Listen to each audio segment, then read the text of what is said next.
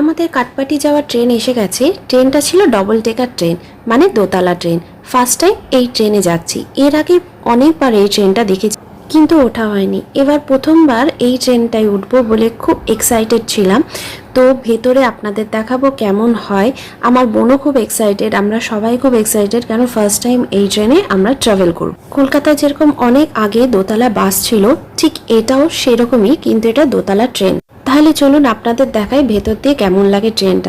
প্রথমে আমি দরজা খুলে ভেতরে ঢুকছি। ঢুকেই দেখলাম নিচেও একটা সিঁড়ি, ওপরে একটা সিঁড়ি, মানে একটা সিঁড়ি দিয়ে ওপরে ওঠা যাচ্ছে আর একটা সিঁড়ি দিয়ে নিচে নামা যাবে। তো আমি ফার্স্টে নিচে নামলাম। তো আমাদের সিট নিচেই ছিল, এই জন্য আমি ফার্স্টে নিচেই নামলাম। তো সিটের কথা না ভেবে কোথায় কি আছে আমি দেখিনি, এরপরে উঠে গেলাম ওপরে। তো আগে পুরো ট্রেনটাকে আমি ভালো মতন দেখে নিচ্ছি কিরকম লাগছে। আমার তো খুব মজা লাগছে, কারণ ফার্স্ট টাইম এই ট্রেনে ট্রাভেল করব।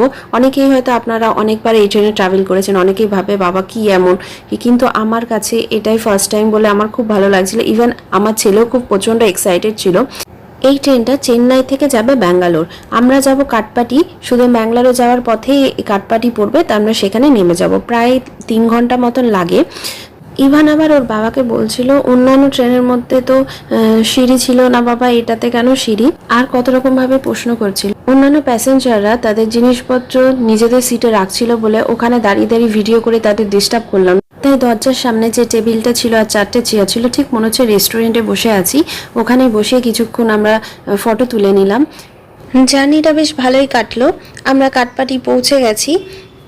প্রায় 3.25 ঘন্টা মতন লাগলো ট্রেনে। এবার আমরা কাটপাটি থেকে যাব ভেলোর, ভেলোরে সিএমসিতে।